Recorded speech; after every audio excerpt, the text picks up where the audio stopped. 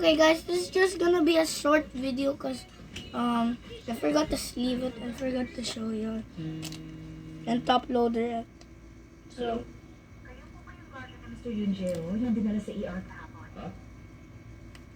Hindi ako ang guardian niya. Ano lang?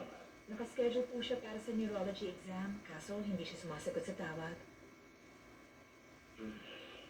Hello, sir? Sige. Tatawagan ko siya. Ang matandang yun. okay, you got this one.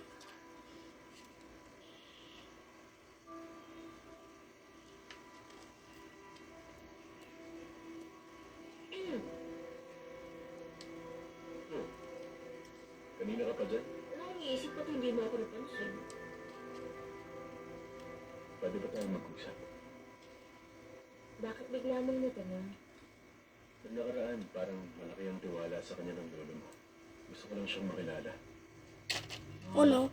Alam mo naman, Why is it so hard? kung namatay ang mga magulang niya, pinalaki siya ni Lolo, na parang kapatid ni Papa.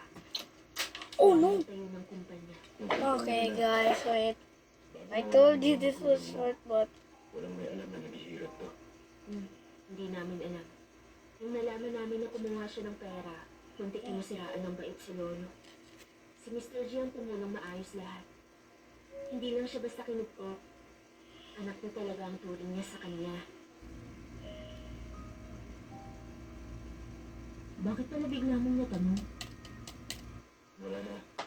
Gusto ko lang malaman. Hindi siya masayang kwento. Nakadati pa yun. Tara na. let's go. Also, I will open the pack. Wala na. See guys, there's only Teddy on this, and this is English. Oh no, it's damaged. No, it's damaged. Don't tell me. There's something in here and it's damaged. What? There's something in here. What? Oh, this. Anong pangalan ko? Itong tao to. Bigla-bigla ka sumusulpot. Kung ano pa sinasabi mo. Okay, guys, it's for today.